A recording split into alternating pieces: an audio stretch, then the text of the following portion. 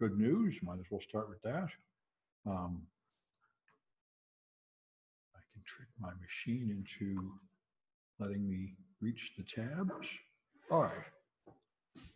So apparently the kidnappings in Iran are bigger than ever. They did this 40 years ago with the Iranian hostage crisis, and they have been continuing. It is part of their national policy that the way they get things by kidnapping people on trumped up charges.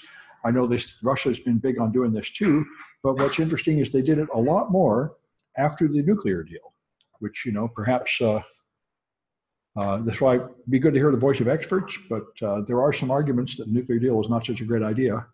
Anyway, this article is written by one of the journalists that went over there and in fact got kidnapped, and also talking about the other people that get kidnapped. It is how they do things over there. That's why there are certain countries I do not want to go, because they do just grab Americans and jail them in order to pressure our government, and it's not wise to travel there. The Federal Reserve is now going to hire someone to research digital currencies. So it appears that China is moving into digital currencies, and it appears not like the US is too. Now, I heard a nice podcast from someone about the economy of China saying the point of this is they can monitor everything.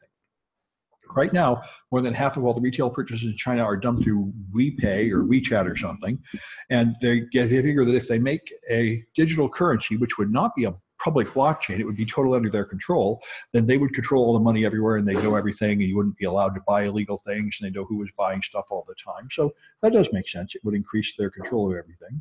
I'm surprised if US Federal Reserve is now going to get involved in cryptocurrencies. We'll see what comes of this. Right now, they're just hiring someone to look into it. They're not yet endorsing it or condemning it or anything. I can see how, even if you hate digital currencies like I do, it is a reality that people are putting money in there, and therefore they ought to have some intelligent statements about it and some intelligent analysis of what's going on with it. Anyway, so this is one that's getting a lot of press. It's kind of a simple idea. You can send a bright laser beam that's pulsed to a microphone, and it, of course, interprets that as sound. I don't know exactly why, but one simple reason is because it will heat the elements. So they find that they can send a pulse of lasers to an Amazon Echo or Google Home and send it speech, which it will hear as speech even though there's no sound. So it's another attack where they can shine a light in through the window and tell your Google smart speaker to do things you didn't want it to do. So it's kind of cute. Relatively impractical in practice. There's a similar one that's been known for at least 30 years. But if I want to know what you're typing, I can send a laser beam in through the window, and the vibrations of the computer or the table can totally tell me what you're typing. Or if you're talking in a room, the vibrations on the outside of the glass will tell everybody what you're saying. So there's a lot of these techniques. This is why people have said ever since Tempest, like 30 or 40 years ago, that the only way to be safe is to be in a locked basement with no windows and metal all around you. Anyway, the UK is going to have drone registration compulsory. Everybody has to pay £9 to register their drone or face a $1,000 fine. This, I'm sure, is because they actually shut down Heathrow for a day or two with a bunch of amateur drones, because the law says you have to stop airplanes unless you get all the drones out of the air for some distance around the airline. And so they're pretty mad at the drones there. Here, for many years, it was the laser pointers. People were shining them into pilots in their landing to make the planes crash, and shining them on people driving and stuff. And that was a huge nuisance, and people were getting really mad about it. And I haven't heard much about it in the last year or two. So perhaps the police found some way to actually arrest the people doing that, or it just went out of fashion and they've returned to, dumping water balloons on people or whatever else they would do. So this one is interesting. I heard a podcast from this woman. This is the woman that was hired at Facebook to help them stop tampering with elections. She was the head of global elections integrity ops. And what she was reluctant to join Facebook. She'd been like a political activist and worked on making elections more secure. And she had a very bad feeling about even bothering to work for Facebook because she thought they were terrible. But she took the job. And what she found as soon as she got in there was, in fact, there were a ton of other people that had been hired previously to improve moral principles at Facebook. And they all just get sidelined. And they said, they told her she could choose her own title. So she chose head of global election integrity ops, and as soon as they hired her, they took her and said, no, we're changing your title to manager, and we're changing your position to one where you have no power to do anything. And she made a bunch of recommendations, and they told her, shut up and stop making recommendations, and we're not going to do anything, and she quit, which is what happened, I think, to all the rest. So the point is, Facebook makes their money by targeting ads and by analyzing what people do and selling that targeting feature. And that actually leads to a lot of problems, and any attempt to fix it strikes directly at their main profit model, and they just tell you to shut up. A bunch of defenses prevent that from ever even reaching a high level of management. You're told your solution doesn't scale and you're unreasonable and you should just get lost. So anyway, this is, I think, what's happening. It'll take a lot more pressure to make Facebook move. If somebody like Elizabeth Warren or Bernie gets in there, they will probably really hurt Facebook. If it's Trump again, they'll probably just sweep it under the rug. We'll see what happens. Anyway, I was amazed by this. They fired the CEO at McDonald's because he had sex with an employee in a consensual affair. Now,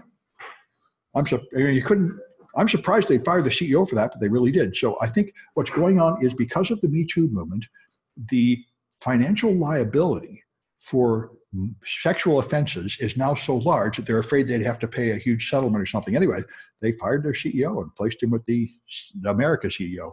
I never thought anybody that powerful could lose position for a consensual affair. It wasn't rape or anything. He had a consensual affair. The only thing is now it violates company policy, because being the CEO, everyone at the whole company is technically in his chain of command, and therefore it's abuse of power. But man, I'm surprised. Anyway, this one is pretty amazing. Supposedly iOS 13 on your iPhone and iPad. I haven't updated because I learned years ago never to touch Apple updates, not for a long time. But apparently if you do, you cannot change between apps anymore. It says apps freeze if you go away and come back. We'll see. I know everyone always complains like crazy every time iOS updates anything. The Bluekeep attack we've been waiting for. This was a vulnerability in remote desktop protocol that was supposed to be wormable, and Microsoft freaked out so much they actually patched Windows XP, even though it's past the end of life, and the US government issued an alert telling everybody to update their stuff. And now apparently it's finally happening. They're installing cryptocurrency with Bluekeep attacks, or anybody hasn't updated their stuff. But you know, it's only going to affect you if you're pretty far behind on your Windows patches, which I certainly am, because just like Apple, I found out the Windows patches are more trouble than they're worth. But all my Windows machines are just targets anyway. But in any case, of course, you should never be exposing RDP to the internet anyway. I'm only doing it on servers that are there to get hacked. Anyway, so I did not know this. Linus Torvalds made Git, and he said Git is like his other big accomplishment besides Linux. So that is pretty awesome. He said he just had to make Git in order to make Linux, in order to keep version control. And he said version control is like boring and who cares, but like someone had to do it, so I did it. It turned out to be extremely popular, so that's interesting. Anyway, there's a chat coming in. No audio. There's no audio? Well, it says it's got audio here. Does anybody else hear me? I see the bar moving. Let's see if anybody puts in, you can hear, okay, good. All right, so there must be something wrong with your system, Orlando. Yeah, I think we got audio, good. Anyway, if anything like that happens, let me know and I'll change it if I can. Well, this was kind of fun. Let's see if it'll load. I guess not. All right, but there was an interesting article I read this morning, and this guy was in prison for a life sentence for murder, and he had a program where he could take an IT class, and they had to learn programming without any computers and then without any internet, and he got out on some kind of release program and got a job in Silicon Valley, and now is doing fine. So I thought it was pretty nice. It's a fun article to read if you can find some network that will let you see it. You know, I know it affects a lot of my students. Remember a couple of years ago, I was up in the lab and a student said, how much is a felony conviction going to mess up my career? And I started saying, well, you know, you can do this and that. And a bunch of other students crowded around saying, I'm interested too. So this is actually a situation of a lot of my students, that they have prior convictions. And what it means, of course, is you can't work for the government or the military probably, but you can still work for private companies, and a bunch of private companies don't care. All they want is, you know, for you to prove that you knocked it off, gone straight, and a bunch of them are willing to give you another chance. But, you know, he talks about it here. I hope his site isn't down for too long, but anyway, he has a good discussion here. He has an example of his cover letter. In his cover letter, he tells companies, look, I have a record, but I want the job. I'm a good guy. I've straightened out. So there's no point hiding it. I know a bunch of you will just slam the door on me because I have a record, but we might as well get past that and find somebody that won't. And there are people who will hire you anyway. Anyway, let's see what the chat message says. Try to enable audio, go into reboot. Okay, good. We'll see what happens. Anyway, so now border agents have access to classified intelligence. This is because the Republican position is that the people coming in from Central America are dangerous terrorists and criminals, and they're coming here to destroy us, which is seems pretty foolish to me, but anyway, they're convinced that's true, and so they want to give all the border agents access to classified data so they can look up these people and prove that they're dangerous terrorists and not let them in.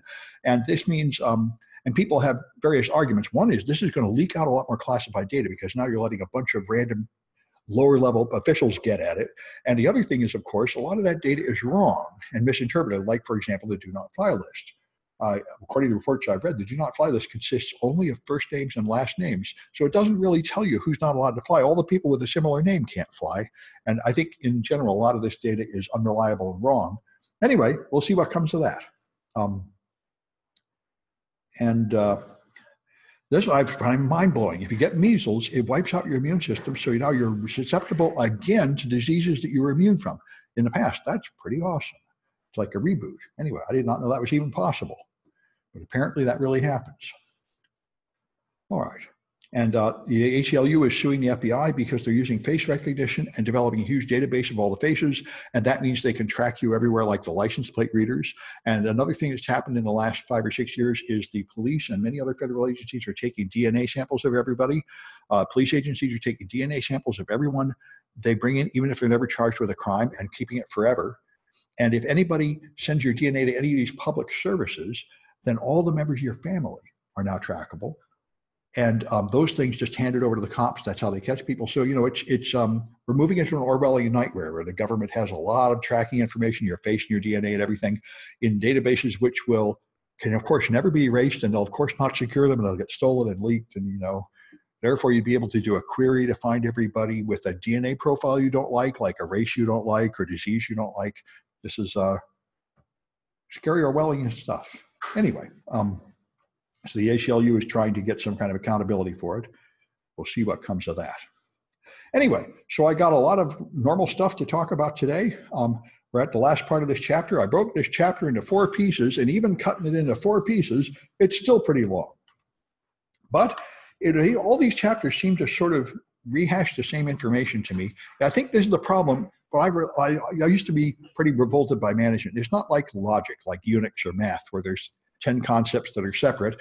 It's sort of like fog, where there's basic principles, and then you see them a little clearer and see them a little clearer. And people have tried to like organize it into a plan with steps and categories, but it's really pretty vague, and the categories all overlap, and they don't really catch everything. So, you know, it's kind of frustrating for a purely logical, mathematical mind, but it's what you really have to do. I was given an interview to the SF Weekly last week for this article they put out, and the guy said, you know, why did you start with attack? And I said, well, attack is easy, and defense is really hard. It's not only hard, it's frustrating and boring, because defense mostly consists of like policy and auditing things and checking to see if people are actually doing what they're supposed to be doing, and, you know, all the stuff like, you know, hallway monitoring and attendance and filling out forms. That's what you have to do. You have to stop people from making dumb mistakes. You have to actually check to make sure isn't there somebody making a dumb mistake. So, you know, it's not exactly fun, but it is what you really have to do. And I gain more and more respect for it as I get older and move through security. I was an attacker for maybe 5 or 8 years, and now I'm slowly moving over to being a defender, and it's much harder and it's much more difficult, because it's really a matter of sort of being mature and reliable, which is not as much fun as being an attacker, where you just smash a hole and get in and then laugh. Anyway, so we're down to operational risk management, and the point of this is financial survival of your organization. You're trying to find the things which will hurt your organization so much that you'll lose so much money you'll go out of business. That's the point. This is things that fail due to a variety of reasons, and so you have to have plans to recover from bad things that happen. So you got to have time intervals for your business recovery from your security disaster events. And of course, you have to pay attention to third-party risk, which is at least 50% of the entire risk, especially these days. Everybody outsources stuff to the cloud, and the cloud providers make mistakes, or you use them incorrectly. And now you've got a risk due to placing your confidential data on something that is not completely under your control. So the risk register is your main record. You have to have this log. This is sort of like the captain's log on a ship. This is the master log of everything you did about risk. So, and people want to see this, that want to assess your security posture, and this is how your management can see what is our security posture, and is it getting better or worse, and what are all the major things that happened here. So this is metadata, not detailed scans, but general like one-liners about each risk. We had this problem, we did this to fix it, now it's better, we put in this control and this measurement to make sure it's not going to happen again. So here's your objectives, all these different things you have. We'll talk about them in more detail as we go ahead. It's a acronym salad, but we have talked about these concepts before, and they're all the way back in Security Plus, most of them. So recovery time objective is how long it takes to recover. So if something bad happens, like you get hacked and a server goes down, how long are you denied service before you get something back up to resume service, like a replacement server or something? So then you have different recovery time objectives for different processes. For example, if your point of sale terminals go down, then they are not really to leave them down for a long time during peak business hours. But if there's a time late at night when your store is closed, then it wouldn't really matter if they stay down for a while, that sort of thing. So you have, of course, data classification and asset classification. We talked about last time matter. The point is, how crucial is this activity? How crucial is this asset to decide how long you can wait for recovery? So your security managers will interview people. Middle management, executive management, the executives prevail. This is the thing that is so hard for beginning security people to understand. Beginning security people like me will study like one thing, and then like I found a bunch of vulnerabilities in Android apps, and then I told the major banks, and they couldn't care less. And I felt all abused and said they should fix the thing I understand. But the fact is, in the grand scheme of things, I don't suppose the attack on the Android apps I found is really the thing that's losing them the most money this year. I mean, it could be they're just idiots, but it's far more likely that they're actually doing this. The executives are steering the ship, and there are 100 problems, and they try to figure out which problem is really the most important one right now.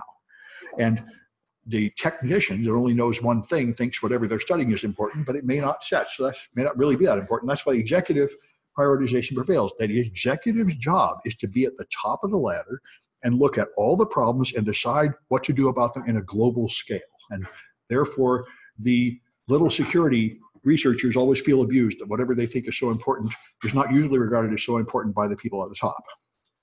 Anyway, that's the game. They're trying to come from a business impact analysis, which is how important is each aspect of this to the business, and then they can make a decision in business continuity planning, which is how you're going to cause the business to keep running even when a bad thing happens. So your recovery point objective, as the time objective is how long it takes to do the recovery. The point objective is how complete the recovery is. If all your stuff crashes or a building burns down, then you recover from backups or something, and that means you lose some data. So this is the amount of data that is forever lost, that you never get back. This is the amount of work that will have to be done over. Then you have recovery capacity objective, because your recovery might involve putting in some kind of temporary stopgap procedure, like a lot of hospitals. They'll be getting hit by ransomware, and so they don't just close, they go back to just writing things on paper instead of putting them in a computer for a while. And you could do that, but of course that's not as efficient, so that means your employees are only going to do a fraction as much work per hour. So that's what this is. What is the capacity of your temporary measure while you wait to get the original stuff fixed? Then you got a service delivery objective, a sort of more generalization of the same thing. How good is your service during the period of recovery after an event? And so you may measure things, you may produce a lower quality service, a slower performance or something during the period of time while you're recovering.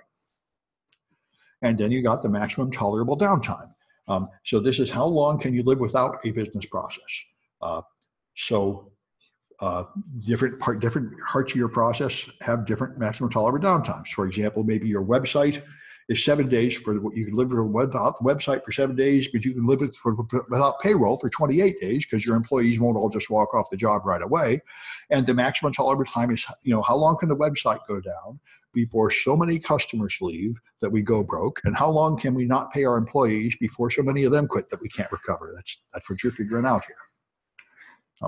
All right, that's the maximum tolerable outage. And so City College, for example, has 2 layers of firewalls. We have at least as a few years ago, we had a Palo Alto firewall and we had 2 checkpoint firewalls behind it. And the Palo Alto firewall would crash sometimes. And when that happened, they would just go to fail through mode, whatever you call it, where it lets stuff through. And we would just run with only 1 firewall. So we would continue to run with a lower level of security, which is a reasonable solution, and that's fairly often the case. There's a chat message coming in. Got audio back. Good. Okay, good. Anyway, so, all right. So you have service level agreements. You make a deal with somebody, and Microsoft uses these internally for things like Azure. They've chosen to run their company as if it was multiple companies. So they have a contract with a team, and that team has a service level agreement with the other part of the company. Most people think about it with external vendors, but you make a contract with them and they promise things. I remember one of the most famous ones was Amazon went down about 8 years ago, and everybody freaked for 4 days. All the Amazon web servers were unavailable, and people freaked out and they tried to sue. And then it turned out that Amazon's agreement did not say that your server would stay up. All they promised was that the underlying server would be up and you could create new instances. And that, it turned out, was still up, even though the websites were down for 4 days. So they didn't have a violation of their service level agreement. So just like insurance, you have to read this carefully and make sure they're actually promising what you really need. But anyway, that's the point. I know Cisco, we have HP switches running our college, at least we did for a while, because we didn't buy Cisco switches because HP switches cost half as much. But Cisco switches all come with gold level service. If you buy Cisco switches, they promise that if anything goes wrong, they will fix it in 24 hours. If they have to fly more replacement switches in and bring in a technician to install them for you, they will fix it within 24 hours. HP didn't come with that. And then it went down a lot. But anyway. Is that still true about Cisco to this day? I don't know for sure, but I think it is. They just don't bother. I know Corning is similar. Corning, if you buy fiber optics from Corning, they don't bother with cheap stuff. They guarantee it for 25 years. But in order to get the warranty to hold, you have to send your staff to training every year at Corning. And I went and took that training, and it's very good training. But they say, if you go to the training, we guarantee that fiber will be fine for 25 years. Anyway, so risk management and business continuity planning are big activities you're doing here. They're both very similar, and they try to find risks, have risk assessments, look at business impact analysis to decide how much you need every part of this, and then you have a list of threats that can lead to disasters, and you're planning for all these things. And the big one, which we talked about here, and I know it's a big one for Carrie, is third-party risk management. Certainly a big one for me. Like I say, when I was laughing at people for getting ransomware, I suddenly stopped and thought about how many cloud services I'm using and how hosed I'd be if they took down my web server and all my attack servers and other. And I don't really have all that stuff backed up, and it isn't very easy to back up. And I began to realize I'm not so above this as I thought I was. And this is the problem. If you're using third-party services like Dropbox and DigitalOcean and Amazon E2C and Google Cloud, you're trusting all those people. And you know, if they go down, you're down. And do you really have a plan for all that? Now, software as a service is where you use something like Gmail, where you don't even have any control of the server at all. You don't even touch the hardware. You don't even know what OS it's on. All you have is a limited service. So it goes down. You're just hosed. Platform as a service is where you get a machine and you install your own OS and your own patches and everything. You have a larger degree of control to keep it up. But anyway, this is the problem here is you're trusting somebody else's stuff. And not only do you not have complete access to the stuff, you also don't even have complete access to the information. Like I had people come to me because they got hacked on third-party cloud providers, and they don't even have access to the logs. And you can't even get them, so I can't even figure out what happened very well, and that is very common. For example, if I wanted the server logs for Gmail, good luck. They're not going to give that to me. I can't get that at all. So I can't, if I get hacked, I can't go through the log to find out what happened. I can just get whatever Gmail feels like giving me, and that's it. Anyway, let's see, there's a comment coming in. Okay, am I recommending PaaS as well? I think they're both good. They both have a purpose. And many people, the cloud servers, all these cloud services are so wonderful. That's why everybody uses them. That's why I use them. You just have to be aware that when you use them, you get some level of risk. Now, one thing Kirk always wanted me to do is set up my own server in my house and run everything from there. And I'm like, I really don't want that risk. I don't want all the hackers in the world hacking into my house and then me having to maintain the server and back it up and everything. I'd rather trust a cloud service. But I mean, there's no zero. You have to make your choice. Almost everybody finds it is much better to use a cloud service. That's why everybody's migrating to cloud. Actually having your own data center, locking the door, paying somebody to go in, rebooting it, replacing the hardware, putting in cooling and backup power and everything is such a drag. I'd much rather just use Gmail. Yeah. It's like that old saying, pick your poison. That's right. There's no perfect safety, and you have to choose what matters to you. However, if you really, really, really care about the security of your data, and you're afraid someone's going to steal the data, then you pay and run your own data center. Because clearly, given it's somebody else's server, you really don't know how well they're locking the door and everything. And if you are, Azure just got the DoD contract. They're going to have all the US military data on Azure. So I'm sure they will have a really strong service level agreement where they promise to not just mix that with everybody else's data and not just put it and make sure it's really in the US and not offshore and really locked up. And they're going to have a huge contract there. And so if they do lose that data, I would assume there will be serious repercussions. Yeah. I know, what's the difference? You said platform as a service, Yeah. you have it on your own machine, but what's the difference? No, it's none of this is on your own machine. So let me bring up this little chart here. This is a good way to look at it. So if you have, here, let me get rid of this thing that's in the way. So if you have software as a service, then you're just using a program somebody else wrote, like Gmail. You can't even get a command line. You can't see the logs. You can't put on a security patch or anything. You're just using a program running on somebody else's total control. So in that case, it's totally the provider that has to do everything. They're in charge of the operating system, the networking, the data center. They got to do all that. Now, if you have platform as a service or infrastructure as a service, then you're getting like a virtual server, but you get to choose the OS and the patches and everything. So now some of this stuff is under your control. Now the organization has to do it. Of course, if it's on-premise, you have to provide everything: the hardware, the software, the patches, the physical security. If it's software as a service, they have to provide everything. And these other ones kind of go in between. And then you got human resources and intrusion detection and host hardening and all these things. The same story. It could all be yours, or it could all be the provider, or you could be in between. And I think infrastructure as a service is where they just give you a certain amount of disk space and CPU, and you install your own OS, and platform as a service is kind of halfway in between. Okay. Yeah, this is an issue. And I know one thing that was a big scandal in the security community a few years ago is they did surveys and they found out 80% of people that were moving to the cloud assumed that their cloud provider was securing all that stuff. Whereas the contracts from a cloud provider say, we're not securing anything. All we guarantee is it's going to stay up. We don't secure any of the data or put on anything. That's all your responsibility. Many people thought it was theirs. I know Amazon has a whole bunch of optional features like Guard Dog. They'll put on intrusion detection and all kinds of network traffic filtering and all kinds of fancy security services, but you have to pay for them and turn them on. They are not on by default, which the whole world found out when they put their stuff in Amazon buckets, and it's just open to the whole world. You know, an enormous number of people move to the cloud without understanding the security consequences. Anyway, so then you've got a life cycle for this. You have to have some initial assessment of what's going to happen when I put my stuff in the cloud. Then you have a legal agreement. And then you're going to have issues where you're auditing and inspecting your third-party providers to see how secure they are. So initially, you should be evaluating your third-party for suitability. Now, this is what happened over the last year or two with the DoD. The Department of Defense had two people, Amazon and Microsoft, and they went through some process which may have been corrupt and nasty or may have been fair, probably some mixture of the two. But they, first you ask the parties to give you information, request for information or request for proposal.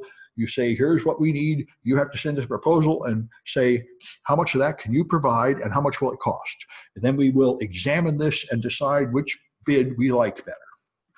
And this is going to, then you'll have, when you do hire them, you'll have a legal agreement where they make a promise to provide certain services at certain price.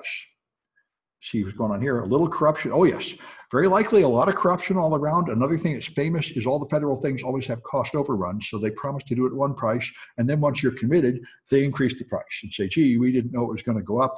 One thing, you can see where a lot of things are ridiculous at the college. The doors are broken and the paper towels are broken and everything because everything's the lowest bidder around here. And you know, that's why it's a real art to write these requests and write these proposals. Anyway, so you got a legal agreement, and a legal agreement, of course, promises various things, but the security and privacy, it promises what they provide. Do you really have like ISO 27000 certification or SOC 2? Do you have a program? Do you perform vulnerability assessments? Do you have an IR team? These are all things that should be in a contract, and the customer can decide whether they feel like your providing of these things is up to their requirements or not. Now you usually have, now in general, there are breach notification laws now in America, where if you have a breach, you must tell some people, like the customers, but you probably have a special breach notification clause in your contract that if I use like Amazon for my server, if Amazon gets breached, they have to tell me right away that someone stole my data. And it's usually within 24 hours. The problem is, when people get a breach, it's like they don't really know it's a breach. They get like a virus warning or something. They don't really know exactly what happened for a while. So when does the clock start ticking? And it's a suspected thing they have to tell you about, or a confirmed thing they have to tell you about. And then you got shenanigans like Uber. A couple of years ago, Uber got hacked with ransomware. And they said, okay, here's what we're going to do. We'll pay the ransomware fee, and we'll call it a bug bounty, and we'll say this was a test instead of a hack, and therefore we won't tell anybody. It won't count as a breach. Now, ultimately, they didn't get away with that. This leaked out, and they had to apologize and tell everybody, and they were considered to have disgracefully failed by not announcing the breach. But they tried to, like, use sleight of hand and pretend it wasn't a breach. Yeah. Was it New York, right? I'm not sure where it was, but I know about 2 or 3 years ago. This was when one of the many things that Travis Kalaniak, or whoever his name was, that guy was in charge. He was a wild man, eventually got thrown out of his position and replaced by other people that had tried to be somewhat less outrageously unethical at running Uber. But Uber seems to be swirling around the drain now. They don't seem to have succeeded in saving the company.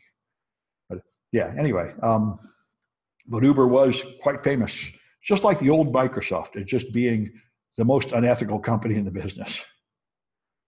Now, I think they're not quite as unethical, but they're not very profitable. Anyway, so then you've got right to audit. Typically, you may include a right to audit, where your customers can audit you to see what you're doing, which is something they might do, especially after they have a breach or something.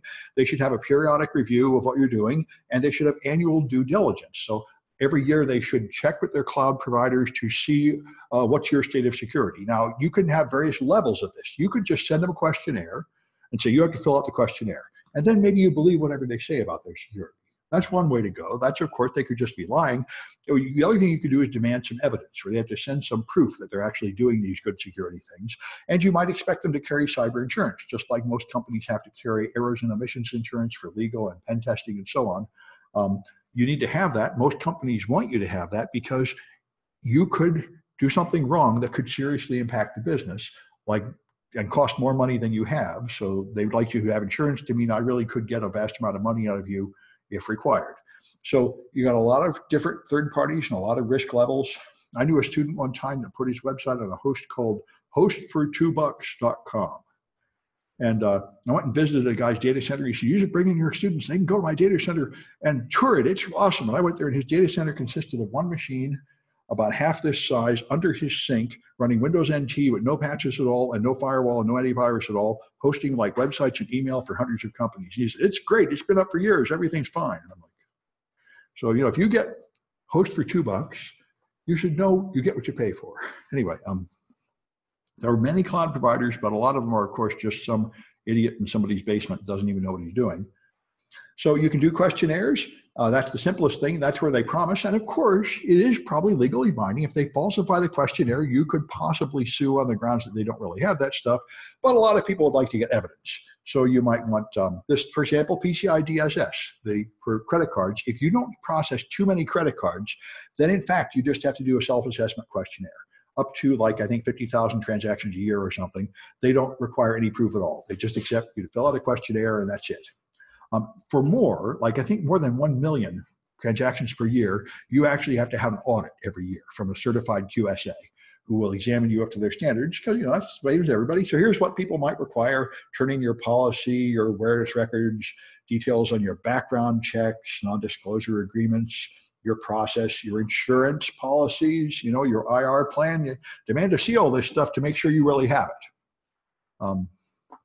So at the onset of business, you have to assess the parties, and periodically thereafter, you'd have to check out their IT and security controls and other things, inherent risk, geopolitical risk. This is a big one these days. People are refusing to use Huawei, there's some other stuff, refusing to use Kaspersky. They are not wanting you to be operating in certain nations because it's too dangerous there, and so on. There's a lot of things that happen that go into choosing your provider. And you can go to third-party services. Many people do, in fact, subscribe to third-party services in order to find out about these risks, just like third-party news services. So here's one of them. KRIs will tell you about various things that might affect your business. Of course, then you should audit this third party and consider how accurate they are in their information. But anyway, that's the game. It's, in a lot of ways, you can kind of outsource everything to where other people do all the work, and all you do is manage it all. That's a one common business model in many ways. Anyway, so once you find that your third party is unacceptably risky in some way, like they don't use encryption for their data, for example, then you can do something about it. Obviously, you could terminate the contract and hunt for someone else, or you could try to convince them to change their processes, or you could do something else, like add your own encryption, or demand that they lower the price, or pay for some insurance or something. But you should know what's going on, and then consider what you want to do about it. Anyway, I got some cahoots about this stuff. That's really all we can ever do, is make calculated risks. But the idea is, if you actually pay attention to what you're doing and plan for the risk, that's better than just not even knowing. Halloween's over, but they still have the Halloween music. See, that's the kind of poor practice that might lower their profile. However, the price is right, so I continue to use them even though they have a defect in the music. What's that? Can't hear you. Risk acceptance. The risk, yes, the risk acceptance. I'm choosing risk acceptance as my security response here. I'm tolerating their music.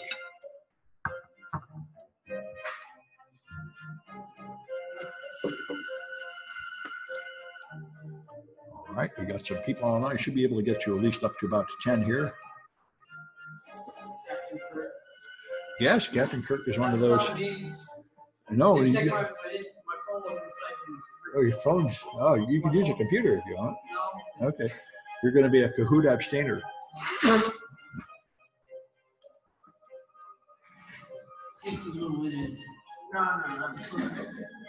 Caitlin usually does win it, but usually under a strange name.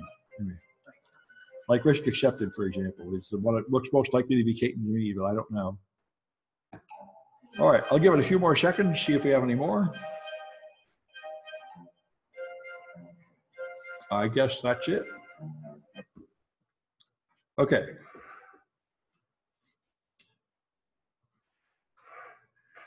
Contract for the vendor.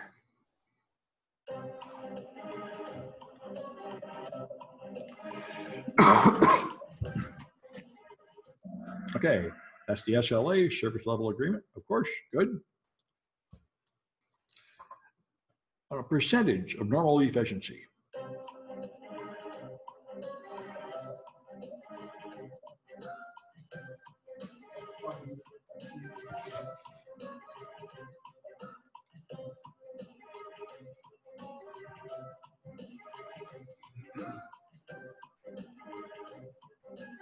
Okay, that's the recovery capacity objective. How much capacity do you have during the transition period? All right, what's a common type of audit? All of them. Many of these are not audits.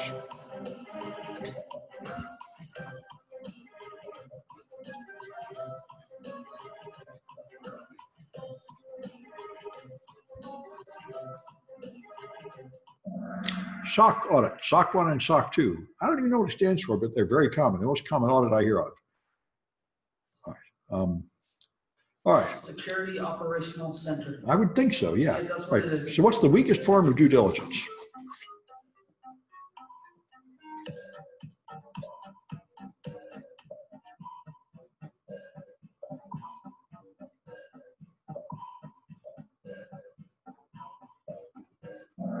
Just a questionnaire. You get them to at least promise that they're doing this good stuff, but you don't verify it in any way.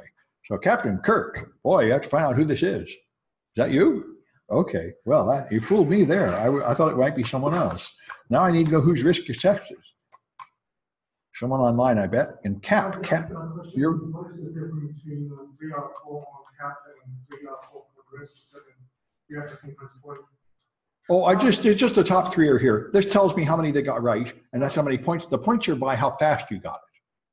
So, but speed and accuracy both answer for the points. Right, and perhaps this is telling me, Jeff, good, okay. Good, is risk accepted. Okay, good. So, we're on the road, and let's carry on here. So, the risk register, this is your big log of what's been happening on your network. So this has all kinds of information. All the risks, what could cause the risk, the impacts, the affected assets, probability of occurrence and treatment. This is your master plan of what's been going on and your record of all the things you've done about risk. So this is your central point showing that you are doing things about risk, and people can read this to decide how good you are at handling risk and ways you can improve and ways you're good. So your risk register entry goes on for a while. It'll have a number, have some kind of status, whether it's open or closed, dates and the source of the activity that compelled you to do this, like there was a risk assessment or a security incident caused us to decide we had a risk here because something bad happened. Then you've got titles and descriptions of it.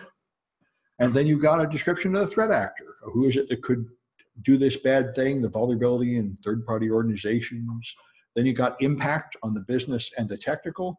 You got the assets and all the responsible parties over that asset should be listed here. And then you got some estimate of the untreated probability of occurrence, which is how big the risk is right now. If we don't do anything, how big is the risk? And then you have all these untreated things. You'll end up with an untreated risk score. You have some scoring system like from 1 to 10 or something, and you say, right now, this is a 4. So then you decide to issue a treatment, and you consider how much it's going to lower, take it down to whatever risk score, and then you figure out the cost and how much time and money it would cost to do that treatment. And then you choose a treatment, and you accept, mitigate, transfer, or avoid. And then you have the people that approved it.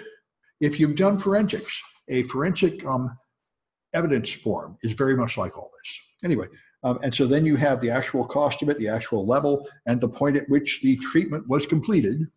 And that's it. You have this is the whole record of what caused the problem, what exactly did we consider, what exactly did we do about it, and how good did that make it? That's the whole story. And of course, this will be filled out as you go ahead. That's the game. So you'll have a lot of sources of information for this. Your internal audits, your threat intelligence from perhaps external people feeding in threat, laws and industry developments and consultants, all these things come in. And now there are two kinds of risks. Strategic risks are ones that affect the entire organization, and those belong in the risk register. Small things are tactical risks. They're little things. They're just details, like one machine has a problem, you put on a patch. So if one machine needs a patch, that's tactical. If your whole company doesn't have any patch management, so nothing is being patched, that's strategic. And that would go in the risk register. So you need detailed risk analysis for each of these things. So if you find that your software development team continually keeps producing buggy code that has security bugs, then that is going to go to your risk. You have to do risk analysis and put in the risk register. We have a systemic problem with too many security problems in the code. So you have to consider what to do. Maybe you got to train your developers or have some kind of incentive program or add a step of code scanning before stuff goes to production. Or or elsewhere, someplace. These are possible things you could do, and you have to consider these things and decide which one of them might be worth doing. Maybe you want to pay for external penetration tests or add web app firewalls to try to catch the attacks, since you're not actually able to patch the code behind them. These are all possible risk treatments, and you should consider them. Even after you do your treatment, of course, you have some residual risk. You can't lower risk to 0, so you have to be aware of that. So you may have to do treatment, and then you might decide it's still too much risk and have another treatment and another treatment until you finally get the risk down to an acceptable level. And let's see what we got up here. A lot of military info ops seem to be incorporated into civilian. Oh, yes, absolutely.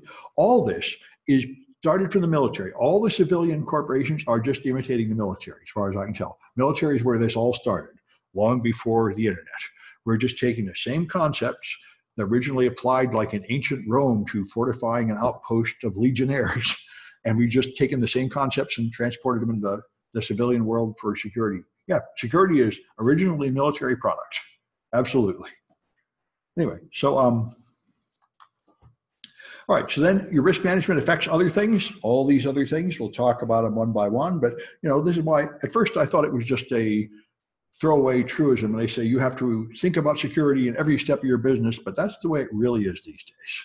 So yeah, software development, of course, there's a time when people didn't care. Microsoft officially did not care until 2002. They said security is a waste of time. Just put in more features and throw it out there. There's not enough hackers to matter. It'll be fine. And in 2002, Microsoft finally, Bill Gates reversed that, said, all right, I'm changing our policy. Now security comes first, because everybody's getting hacked right and left. And it turns out to be such a problem that we really have to change our philosophy and actually write secure code instead of just writing code with more good features as fast as possible. So you got at early design, you do threat modeling. The thing that always struck me here was the thumbprint reader USB device for Windows and Apple that came out about 10 years ago, where it would read your thumbprint, look up your password in your database, and type in the password. And like that meant the thumbprint reader software had plain text copies of everybody's password. And I'm like, they should have caught that at step one. They should have noticed this fundamental idea is abysmally stupid. Don't even bother building the product or anything. You have to design it better. But they didn't. Actually sold this thing and deployed it, and then realized it had an appalling security flaw. So then you have standards. Your company should specify allowed and disallowed techniques. Now, my website is incredibly primitive, and one thing Kaz found out when he went out, he said, you should fire people for using inline CSS, but I just moved up to using inline CSS. That was my improvement. So, you know, I've moved from being just 20 years behind to being only 15 years behind. But anyway, you have standards saying what you're allowed to do, code reviews, scanning, app scanning, pen testing. You'll have standards for all these things. So change management is a big deal. I know I've worked at a lot of places like the college in many ways, where if you want to do something, you just do it and you don't ask for permission, nobody notices. A lot of people put routers in their office without approval to get better internet connection or something. And that's the kind of thing that amateurs do. Professionals realize you can't just let people change things, especially software things, without approval. So you have to describe the change, submit it to a change management board who will then decide whether it's really a good idea. And you'll have to have a plan to make it and a plan to back out in case the change fails, to get back to where we were, and discussing the security and privacy impact of the change. This is a big deal, and it's a big change. Now, Facebook's official policy has been, and I think still remains, to move fast and break things. That's on the wall. They named the street Hacker Street. They think just roll out more features as fast as possible. Who cares? It'll all be fine. They're still back in the old pre-2002 Microsoft lane.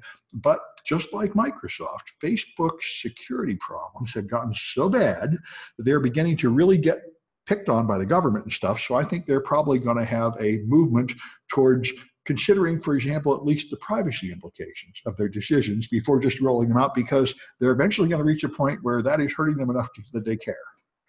Anyway, so you got a change review board, which would have stakeholders from around the business, who then include security personnel. And this is what happened to that woman in the news article who tried to implement a better control of what Facebook was doing around political ads. And when she hit the change review board, they said, oh, no, we can't possibly change that because it would interfere with the profit model too much. Just shut up and we won't change how we're treating ads. And she felt like she was wasting her time. But that's the issue. Somebody has to decide whether what you're suggesting is a good idea or not. So you just have to get the job done in the Army. Absolutely. That's right. That's the same thing at companies. Companies often have to take risks. Like they had that example before where you're using a cloud provider and they're not encrypting anything. You find out about this and you contact them. They say it's too expensive. We're not going to encrypt it. And then the book didn't say, well, of course you quit using them. It says, well, you decide whether you're willing to accept the risk. And often you are willing to accept the risk because you need to do it. You need that functionality and you can't afford anything better. So you either accept the risk entirely or you're trying some other compensating control to lower it. But you just don't have the ability to quit doing every risky thing. You have to do a certain amount of risky things to get the job done. And your security staff is supposed to make intelligent decisions and help you choose the best way forward. But you do have to take some risks. So your configuration management has a database of information about all your server hardening steps and your router switches and your firewall rules and all the other configurations. This is what San Francisco famously did not have. A few years ago, our network administrator in San Francisco locked everybody out of the network. The network consisted of a bunch of Cisco switches, and nobody had a copy of those switch configurations. He upgraded those switches using even undocumented high security features, so nobody could even view them or change them without a password he wouldn't give you, and they would erase everything if you tried to do that. You couldn't even do a password recovery on them. Even Cisco staff couldn't. So San Francisco was locked out of our own network, and nobody could get in at all. And there was no backup of any of that. He locked everybody out, and he took all the backups and hid them where nobody could find them. So, that's what you don't want to have. You want to have all your stuff backed up someplace. And then, of course, your configuration data itself should be protected, because knowledge of that reveals your vulnerabilities. And, of course, as everybody's finding out with GitHub, a lot of your security configuration files have secrets in them, like hard-coded passwords and management keys and stuff. So You need to have a backup so that stuff is available, but you also need to have secured the backup so unauthorized people aren't getting in there. What happened to him? He went to prison. They put him in a prison cell for a couple of weeks until he told Gavin Newsom, who was then the mayor of San Francisco, the password to let us back in the network. Then he went to trial and was convicted of unauthorized use of the network, even though he was the network administrator. They managed to convince the jury that even though he was the network administrator, he still exceeded his out access, and he got a 4-year prison term, which he served, and now he's out and back in Kansas. He did leave town anyway. He also had been convicted previously 4 times for armed robbery, which they did not do a background check, as they should have in San Francisco, and hired him and put him in charge of the network anyway. But anyway, he went back to Kansas, so at least he's not our problem anymore. Well, he was from Kansas. So when he was done serving his prison term out here, he went back to Kansas. God knows.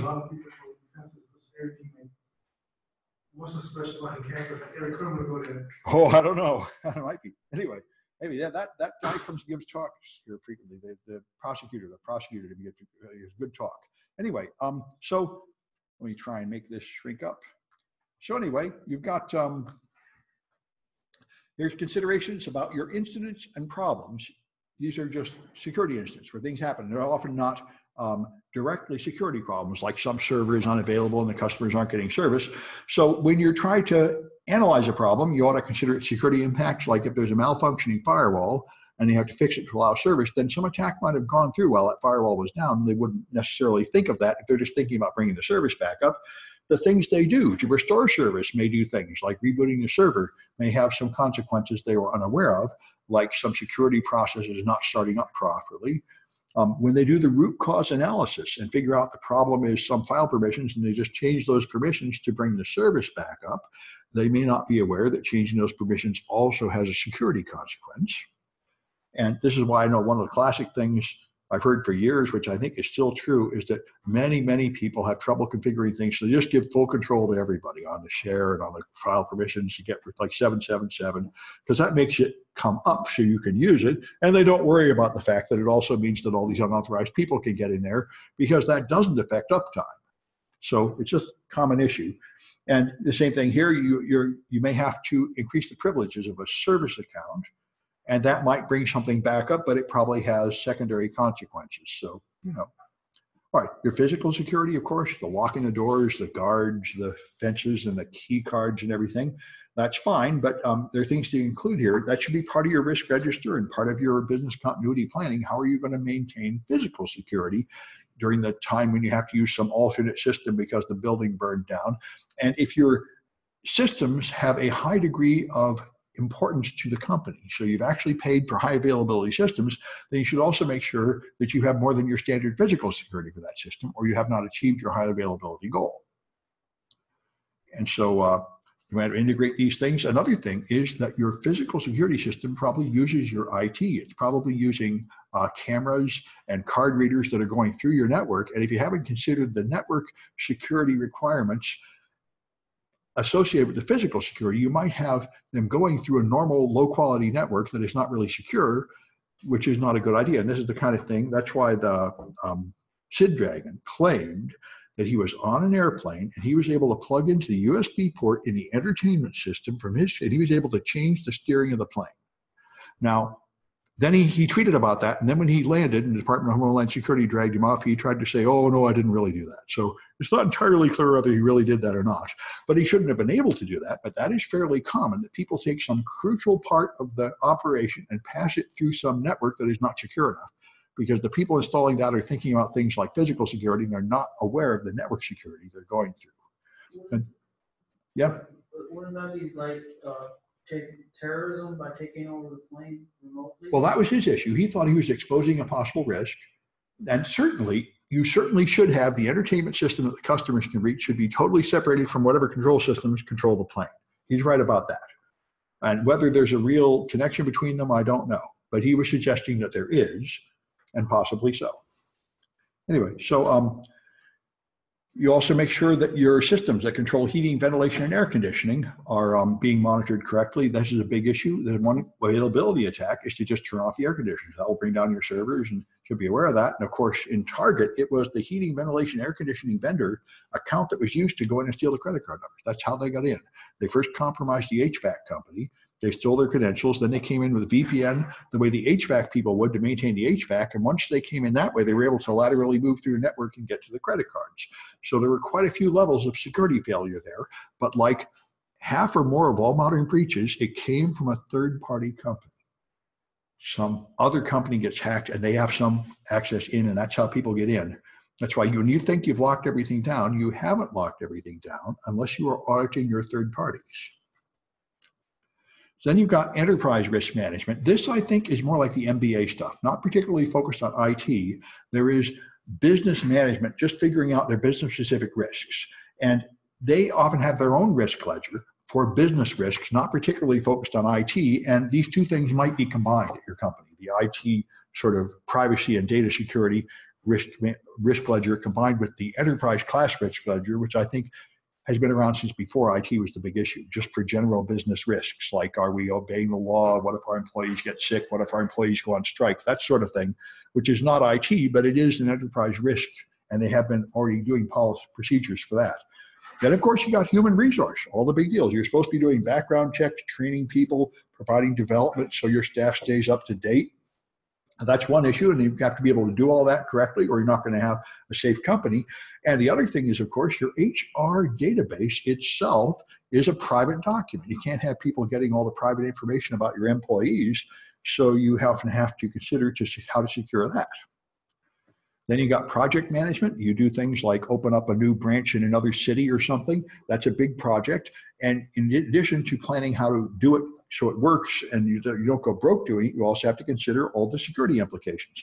One of the big features Microsoft was proud of, I think in 2003 server or 2008 server, was they developed a thing called a branch office domain controller. So you could deploy a domain controller at a branch office where there is no network administrator on staff. Because you might want to open an office in like a foreign country far away, and you don't have anybody that wants to move there who really understands how to run your domain controller. So you could make a special domain controller there that can be used to log in, but cannot be used to change anything. So it can be deployed in an office where you don't really trust the staff there to know how to do that stuff. And that's the kind of thing you'd have to consider here if you're going to be having projects, is what's going to happen. And so you should have requirements that can be verified in the project management. Your project management has these things called Gantt charts. I see them all the time at Phil's.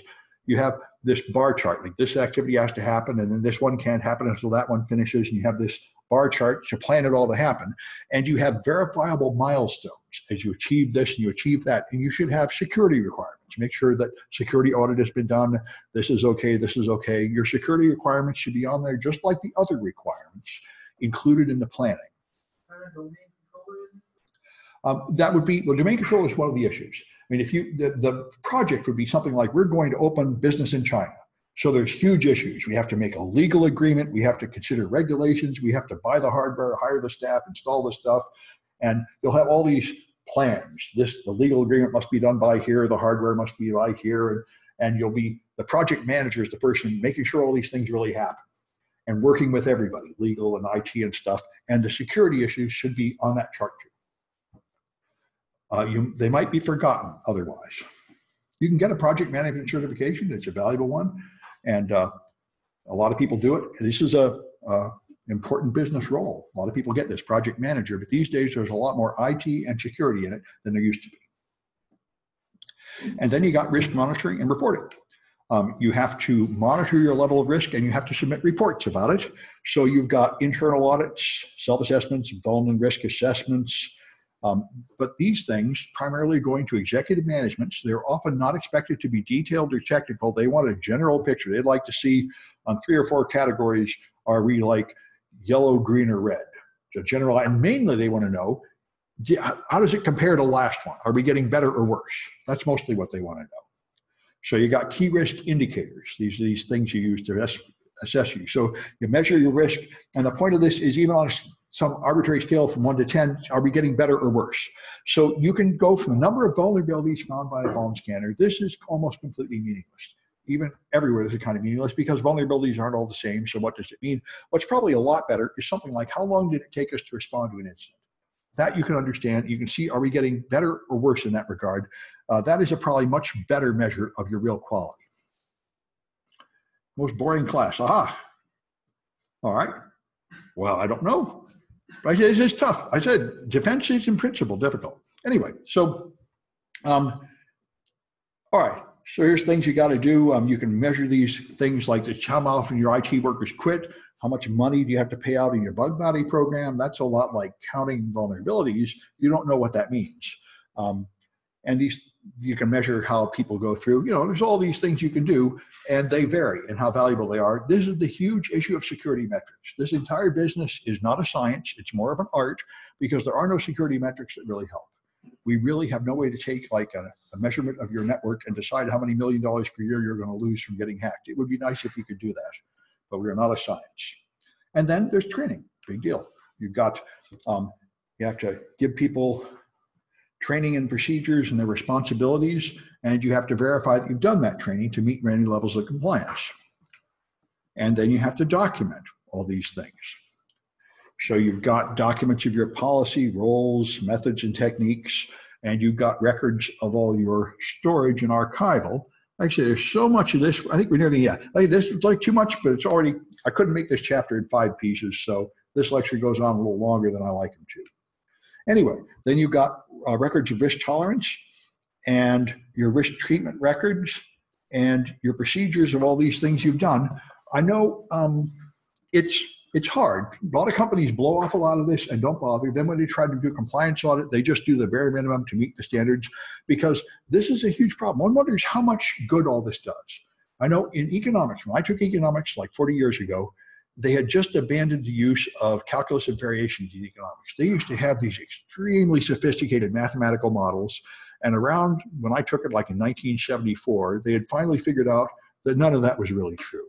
And all those models were totally wrong. And so there was no point getting so fancy. And so you wonder. But we're in the early stages of a business, so they've just got these long spreadsheets of checklists of all these things. And since we don't have any metrics that work, we don't really know how much of that stuff is worth doing. It's a problem. Anyway, that's why since we don't really know how to do it right, we'll settle for just obeying the rules. And that's what compliance is. You do enough to convince somebody else that you're up to industry standards, and that's all you can do. But as perhaps if this ever becomes a science, we will have a more clear requirement of exactly how much of this stuff we have to do. Anyway, got some more cahoots.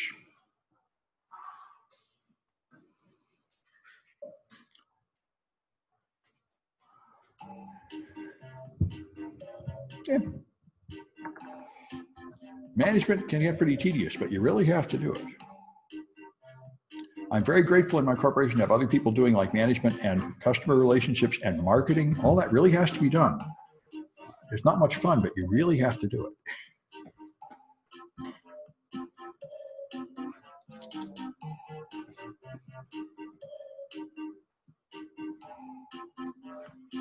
All right, I'll give it a few more seconds. I think we might have 9. You do have 9. 5 more seconds. Aha. Oh, well, that looks like likely to be the person I was waiting for right there. Okay. Oh, even more. Well, I better wait a bit then. More people. Or maybe more joke accounts from the same person. There's another possibility I wouldn't count out. All right. So,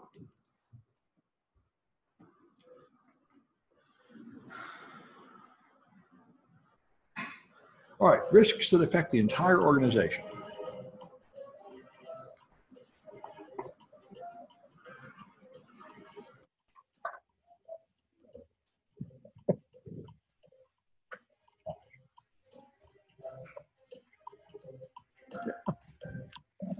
All right, those are strategic risks. All right. Which one of these will lower the risk?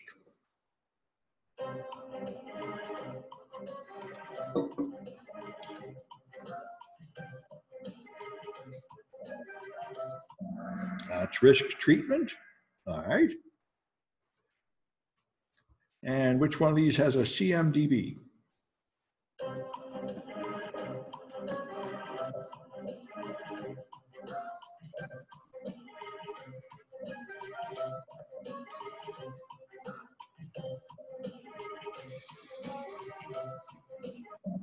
It's configuration management database. That's what it is. You have a list of all the configs you have. One of the things I did many years ago was I found a major medical provider's password in their unsecured configuration Cisco file. Wait. Configuration management? Configuration management, yeah. Oh, you have it wrong on the Kahoot. Yeah. It's wrong in the Kahoot? Yeah. It was, oh, well, that's not right. But I can't change it now. All right. Okay. Well, sorry about that. This is risk. This is why this is extra credit. There are defects. There are defects in the Kahoots. You should fire whoever made the Kahoots, absolutely. So which business unit has its own risk register?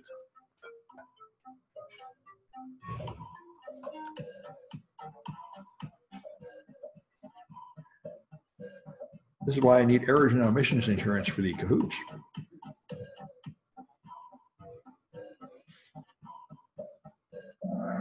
Okay, the ERM has its own risk register. Now, because someone has cast doubt on this, let's go back and check that. Change management or configuration management. Configuration management has this. Yeah. Okay, so that's what it should have been. Maybe the wrong one was correct. However, some people go to the top anyway. All right, so MDOT is at the top. And CAP is at the top. See, this is actually true of all classes, as every student knows.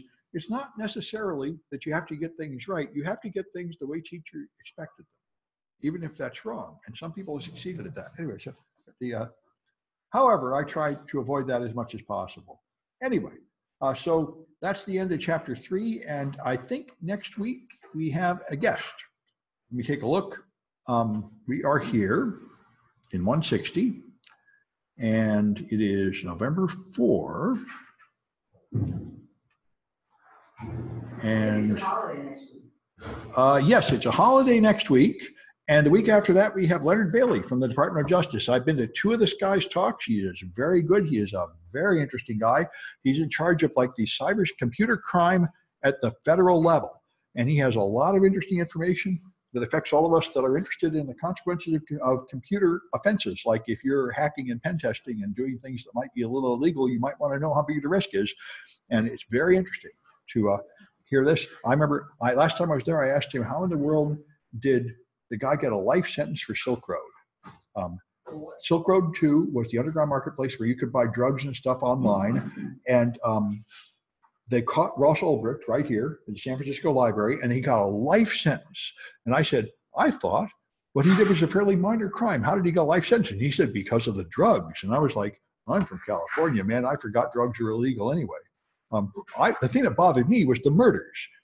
In 6 months, he went from he was a freewheeling hippie that said, we're going to make the world peace and love and everything by making it so everybody can buy weed. And 6 months later, he was running a thing that was bringing in millions of dollars a month, and people threatened to expose the identities of the people on there and ruin his business. So he hired hitmen to rub them out. Now, as far as we can tell, they were just con men and undercover FBI agents pretending to be hitmen. And he didn't actually get anybody killed, but he thought he had paid for 4 murders.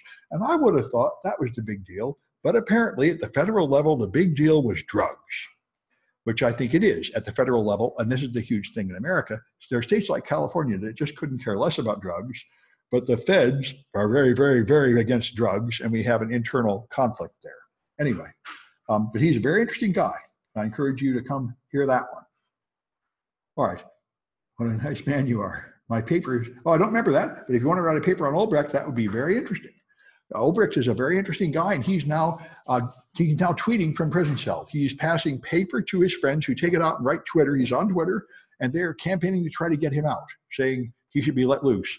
I'm still kind of sore about the murders, personally, but nobody else seems to care. I seem to be the only one that feels like that's a bad sign of character. And a bunch of people are saying, free Ross Ulbricht, those rotten, oppressive government have got him locked up for no good reason. So I agree with you on the murders. yeah, well, that's my feeling, but you know, I'm sort of old and conservative. There's other people who think differently. Anyway, all right, so I'm going to stop this online thing. I'll stick around and help people if they want to work on projects here. Other than that, I'll see you in 2 weeks as far as this class is concerned. November 11th is a holiday. That's victory of World War I, right? Was it World War II? It's Veterans Day, but it was also, I think, the day they won either World War I or World War II is how it became Veterans Day. Anyway, very well. I'll see you folks next week or in 2 weeks for this class.